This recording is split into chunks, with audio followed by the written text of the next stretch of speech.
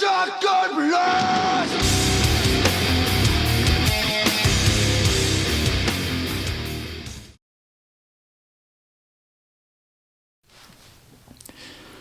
Alright. So. Le focus c'est bon? C'est bon? Yes! Alright. I hope you guys are good. J'espère que tout le monde va bien. Aujourd'hui, on est la journée 5 du concept d'improvisation. Et tout simplement, je commence à vraiment apprécier ce concept. C'est juste cool. C'est pas un truc que je veux faire à tous les jours, mais je voulais actually commencer ce projet-là il y a vraiment longtemps. Si tu regardes la première vidéo, le jour 1, ça s'appelle genre jour 1 pour devenir le GOAT de l'impro, c'était il y a plus qu'un mois.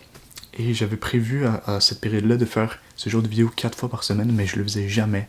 C'était comme la dernière chose que je prévoyais dans ma journée et je finissais par jamais le faire parce que certaines choses prenaient trop de temps, il y avait quelque chose d'autre qui arrivait que je devais faire ou quoi que ce soit. Donc je le faisais jamais, donc j'ai fait une vidéo et j'ai arrêté complètement. Mais là j'ai repris, je sais pas ce qui s'est passé, je suis constamment en train d'essayer des affaires. J'ai beaucoup de difficultés à avoir une balance vraiment dans ma vie, mais là c'est en train de comme... je pourrais pas dire que ça revient parce que je struggle encore, mais tu sais, mettons là je commence à faire plus de vidéos, je teste des affaires, des fois ça va mieux, des fois ça va moins bien, je suis en train de développer un certain équilibre avec les choses. Et là, je recommence à faire ces vidéos et c'est 4 fois par semaine, je crois, c'est lundi, je sais plus, mais c'est, je crois, 4 fois par semaine que je veux faire ça. Et faire de l'improvisation sur caméra 4 fois par semaine où j'ai absolument aucune idée de ce que je veux dire, puis j'arrive juste, je dis des choses. Je prévois rien du tout. Juste arriver dans la caméra, je parle. Donc c'est comme une certaine pression, d'une certaine manière, et ça me pratique vraiment. Et faire ça 4 fois par semaine, je vais vraiment m'améliorer à parler devant une caméra ou quoi que ce soit. Donc c'est ça. J'adore ce concept, tout simplement. Aujourd'hui, on est vendredi. Je me suis couché extrêmement tard. Je me suis couché extrêmement tard hier soir. Voilà, j'ai été voir un ami, puis je me suis couché tard, donc je me suis réveillé vers... C'était pas si pire, je me suis réveillé vers 11h, mais je suis un gros procrastinateur, donc genre chiller sur Instagram et tout, whatever. Donc, ça a pris du temps à me lever, et là je travaille à 4h, donc j'ai pas beaucoup de temps à faire des choses. Aujourd'hui, je veux changer de travail. Voilà, je travaille au Subway actuellement, ça va faire quasiment 2 ans que je travaille là. Et au début, avant de travailler au Subway, j'étais anxieux. Voilà, j'étais très anxieux de travailler au Subway parce que je suis quelqu'un qui vient j'ai un certain background très anxieux socialement. Je manquais l'école quand j'étais plus jeune parce que j'étais trop stressé du regard des autres ou des choses comme ça. J'avais aucune motivation non plus. Et donc là, travailler au Subway, c'était pas ma première job du tout. J'ai eu d'autres jobs avant, mais c'était tous des jobs où j'étais pas vraiment en relation tant que ça avec les gens. Je l'étais à un certain point, mais pas tant que ça avec les gens. Tu sais, j'ai travaillé au Costco, pousser les paniers, j'ai travaillé au Pharmaprix en tant que commis, où bien sûr tu vas aider les clients, mais la majorité du travail c'est pas mal soit dans le bac ou en avant en train de faire du facing ou remplir des affaires, certaines tâches comme ça. C'est pas vraiment être en relation directe avec les clients comme si c'était caissier par exemple.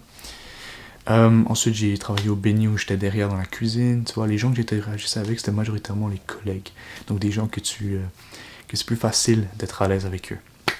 Et donc là, Subway, premier job où c'est vraiment plus sociable. Quand je cherchais pour une job avant de trouver le Subway, il me restait comme 0$ dans mon compte et j'avais certaines dépenses mensuelles qui faisaient que j'étais vraiment stressé. Je devais trouver un travail parce que si je trouvais pas de travail, j'allais me ramasser avec vraiment une mauvaise cote de crédit et tout. Donc une journée, je me suis levé, j'ai apporté des CV partout autour de chez moi, dont le Subway. Et j'ai aussi appliqué en ligne à beaucoup de places et je me suis fait embaucher à 2 places. Je me suis fait embaucher au Subway et à un Dollarama. Et au début, je voulais aller au Dollarama parce que Dollarama, j'aurais été commis. C'était un peu comme quand je travaillais au Pharmaprix, ma première job. J'allais faire pas mal les mêmes affaires.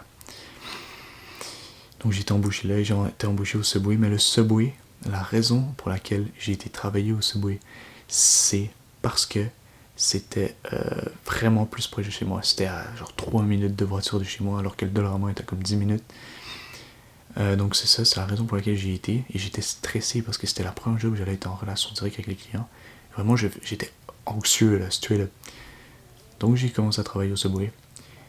Et voilà, je pense que ça m'a beaucoup aidé à me dégainer, à travailler avec la clientèle, et j'aime ça même. Genre des fois je me sens pas bien, il y a des journées où ça va moins bien et tout, et tu dois aller au travail, naturellement, donc je vais travailler, et ça me change les idées, parler avec des gens, même si c'est les interactions les plus superficielles de tous les temps. Je suis introverti, j'apprécie pas forcément la superficialité, mais ça me fait du bien, ça me change les idées. On dirait que le vibe de la personne est tellement pas pareil que le mien, que juste ça me fait du bien d'interagir avec des gens, même si parfois ça me demande un petit push, tu vois, ça me demande un petit push. Mais là, ça fait plus qu'1 an et demi que je travaille là, et j'ai fait le tour. Alors c'est tout le temps les mêmes choses qu'on dit aux clients. La façon de me pousser, c'est d'essayer de, mettons, j'ai essayé de, tu vois, donner des compliments aux clients, commencer une certaine conversation, quoi que ce soit. Mais c'est comme, j'aime pas ce concept tant ça que j'aime pas tant le concept d'essayer de forcer quelque chose, même si c'est parfois nécessaire quand tu fais quelque chose. Genre c'est quelque chose que je veux m'améliorer, mais je sens juste qu'il y a quelque chose de mieux que le Subway que je pourrais faire pour continuer à vraiment progresser plus vite, et ce serait être serveur, parce que être serveur, plus spécifiquement au Centropolis à Laval, c'est là que je vais apporter mes CV, c'est vraiment plus intense, parce que mon Subway plus particulièrement est pas le Subway, il y a le plus de clientèle. Il y a vraiment pas tant de gens que ça, et je fais pas tant de tips non plus, je fais quasiment genre 2$ de tips par chiffre, c'est rien du tout. Je pourrais faire beaucoup plus d'argent. Donc je vais aller travailler au Centropolis, où c'est vraiment une place très sociable, il y a des bars et tout, il y a tout le temps des gens, c'est vraiment beaucoup de gens. En tant que serveur, je serai constamment aux clients, en contact avec les clients, ça me forcerait à faire de la conversation et tout. Et donc ça m'aiderait vraiment à m'améliorer encore plus socialement, ça me forcerait à m'améliorer socialement, comparativement au Subway, où si je veux vraiment m'améliorer socialement, moi-même je dois prendre l'initiative, me forcer à faire quelque chose, à la place de juste dire, mettons, ce on dit toujours, genre, cuit au four, quel fromage, whatever, c'est tout le temps les mêmes questions, ça, je fais le tour, là. Donc c'est ça, le serveur me forcerait à m'améliorer, donc je m'améliorerais encore plus vite. C'est pour ça que je veux faire ce travail-là. Donc c'est ça, je veux aller appliquer, j'ai fait mon CV de serveur, mais ça fait comme 3 jours de suite que je prévois y aller, et j'y vais jamais parce que je me couche trop tard, je me réveille trop tard, puis quand il est rendu 3-4 heures de l'après-midi, je veux plus y aller parce que je suis comme, c'est plus vraiment une heure, genre une bonne heure pour aller apporter un CV, c'est genre la semaine vers comme, je sais pas, 1 heure, 2 heures, 3 heures max, mais là il est rendu 3 heures, le temps que j'y aille, il va être genre 4 heures, whatever. Tu sais, il y a beaucoup de clients, genre je préfère le faire pendant la journée. Donc c'est ça, je struggle beaucoup avec ça. Je voulais faire ça aujourd'hui, mais ça n'a pas été fait. Quelle heure? Et demie. Je dois passer au travail dans 20 minutes, justement. Donc ce serait pas la vidéo la plus longue aujourd'hui, mais je veux finir sur quelque chose, un petit challenge pour la vidéo, parce que là j'ai parlé de ça, qui est quand même un petit truc d'improvisation, mais je veux parler de quelque chose qui est complètement improvisé, qui sort de mon imaginaire, je sais pas. Voilà, parce que l'improvisation, c'est comme ça. Donc je vais pick un objet dans ma chambre. Ok, je vais pick un objet dans ma chambre. Ou est-ce que je pick quelque chose comme un... Qu'est-ce que je pourrais choisir comme un truc? Ok, je vais choisir un objet dans ma chambre. Et je vais faire toute une histoire à partir de ça, ok? C'est ça le challenge aujourd'hui. Je parle pas très fort parce qu'il y a mes parents qui font du télétravail, donc...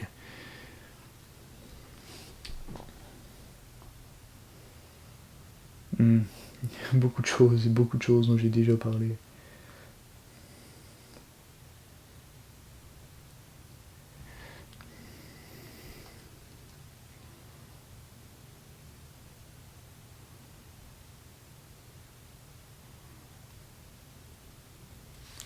I got it.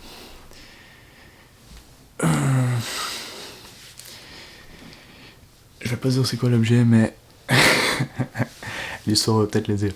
Ok, so, ça va être très rapide, je vais faire un truc sur 5 minutes.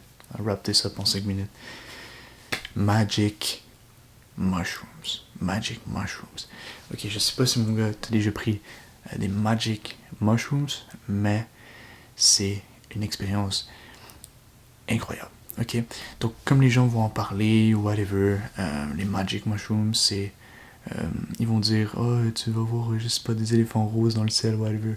C'est pas du tout comme ça. Oui, il y a des effets visuels quand tu vas prendre des magic mushrooms, mais les effets visuels que tu vas ressentir, c'est plus comme que tu vas voir des choses se déformer autour de toi. Tu vas regarder, mettons, un cadre sur le mur, une peinture, puis ça va...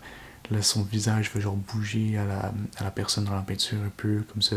Tu vois, ça va faire ce genre d'illusion-là, où tu vas peut-être voir des petites shapes un peu à certaines places, mais c'est vraiment rien de t'en fou. J'ai eu plusieurs trips de moche dans ma vie. J'en ai jamais eu un seul qui était bon. J'en ai un qui était bon, mais j'étais seul et j'en avais pas pris beaucoup. Et c'était juste un trip où j'étais dans mon salon chez mon père. Et justement, je regardais le code qui bougeait un petit peu, puis après j'ai été me regarder dans le miroir, puis j'avais les pupilles super dilatées, puis j'étais juste comme... Je prenais genre connaissance, je prenais conscience de mon corps, je regardais tout mon corps, je sentais mes paumes de main, quoi que ce soit. Et là, je me rendais compte de ce que j'étais. Je me rendais compte que j'étais un animal, et j'étais juste comme... Je suis un singe, on est straight up, genre des singes, on est très similaires, des singes. Je me sentais comme un singe. Et c'est ça, j'ai eu cette réalisation. Et ça, c'est pas mal le trip. Le meilleur que j'ai eu, mais c'était vraiment rien du tout. Et le plus gros trip que j'ai eu de toute ma fucking vie, on avait mangé genre beaucoup de moches, je sais pas c'est combien, on était 3 amis. On était dehors en pleine journée, j'avais eu comme 4 heures de sommeil. Et un de mes amis arrêtait pas de vomir dans le fucking coin. Il arrêtait pas de vomir. Dans le coin, on était derrière une école primaire, il y avait pas d'école là, évidemment. On était derrière une école primaire, il arrêtait pas de vomir. Ok, et moi j'ai commencé à être vraiment high sous moche, et les effets visuels en question que je voyais, il y avait rien qui bougeait, mais tout était super clair. Ok, tout était vraiment clair. Le gazon était vert, flash, le ciel était bleu.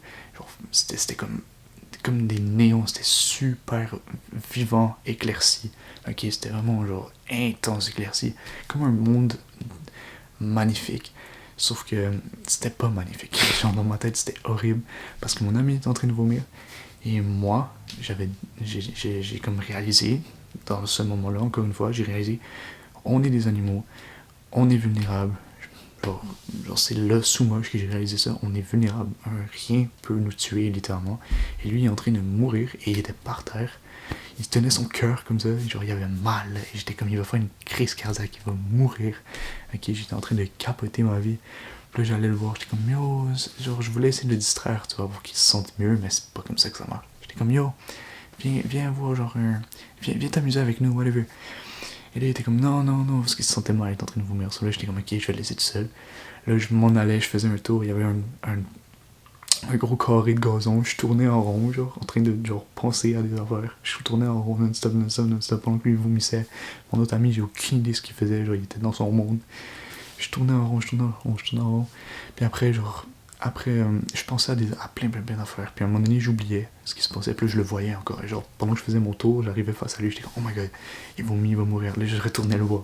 Là, il me disait non. Et c'était une boucle infinie comme ça, non-stop. C'était horrible. Et à un moment donné, j'ai commencé à penser un truc qui m'a vraiment traumatisé. J'ai commencé à penser,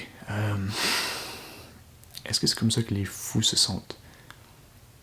Parce que j'étais juste en train de penser plein d'affaires folles dans ma tête et j'étais pas capable de sortir de ce loop. C'était tout le temps les mêmes affaires qui revenaient en boucle, et moi je tournais en rond et je revenais à mon ami.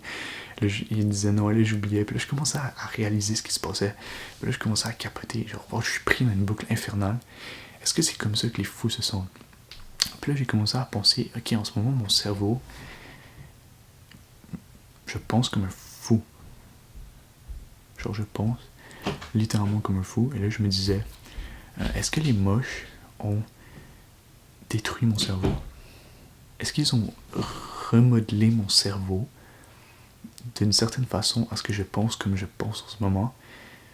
Mais sauf que l'affaire, c'est qu'en ce moment, je suis plus sous l'effet des moches. C'est juste que mon cerveau est broke, et il est brisé à cause des moches, et il est resté dans la forme initiale. Mais pas dans la forme initiale, mais la forme après avoir pris les moches, il est resté dans cette forme-là. Donc là, en ce moment, je suis sober, mais je suis juste, mon cerveau est brisé à cause des moches. Puis là, je suis rendu fou, et je vais penser comme ça jusqu'à la fin de ma vie. Et mon gars, je vais pas te mentir, à ce moment-là, pour moi, c'était la vérité. J'ai fait le deuil.